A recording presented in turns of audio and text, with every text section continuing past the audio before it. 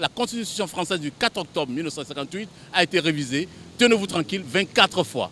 24 fois, dont 19 réformes constitutionnelles de 1990 à ce jour. Alors, les textes évoluent avec les humains. Nos prédécesseurs qui ont bâti notre Constitution, aujourd'hui auraient repensé et l'adapté et collé à l'évolution de la société.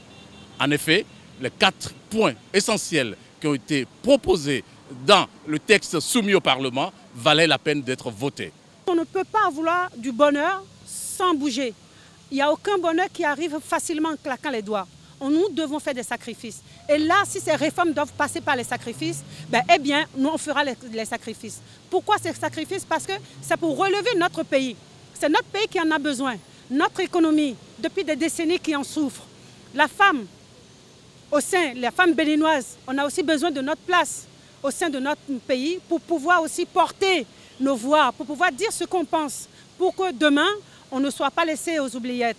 Et maintenant, on parle aussi donc, du regroupement, si vous voulez, donc, des élections, des mandats. Vous savez, moi je trouve 3 points positifs. Le premier, ça nous permet déjà d'économiser pour notre pays parce qu'on est quand même assez pauvre. On économise pour pouvoir réinvestir. Deuxième point, il faut bouger, il faut bousculer nos habitudes. Parce qu'il n'y a jamais rien qui est acquis facilement. Donc, on est d'accord ou on ne l'est pas, on doit quand même faire cet effort-là. Et le troisième point, c'est quoi? C'est qu'après l'élection, il faut regrouper les élections pour permettre aux citoyens, après les élections, de travailler. Si chaque fois on fait des élections saccadées, à chaque fois, cette fois-ci on en fait une, l'année prochaine on en fait une, on ne voit pas ce qui change dans notre pays. Les élections chez nous sont récurrentes.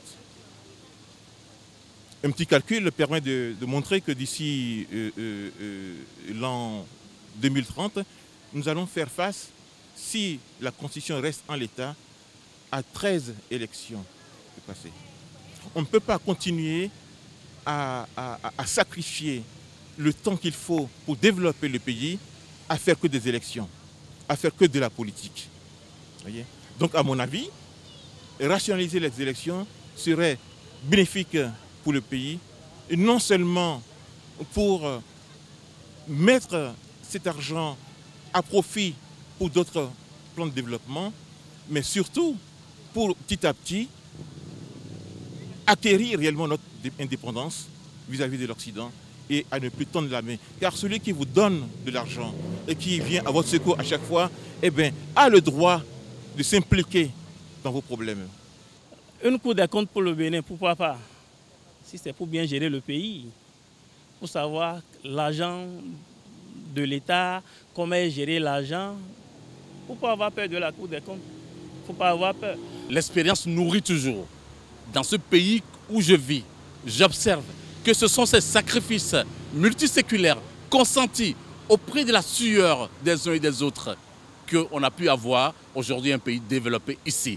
Eh bien, j'en appelle à ce sacrifice circonstanciel, provisoire, mais alors qui impacte l'avenir pour nos populations béninoises. J'en appelle chacun à l'effort de construction de notre cher pays. On en a besoin.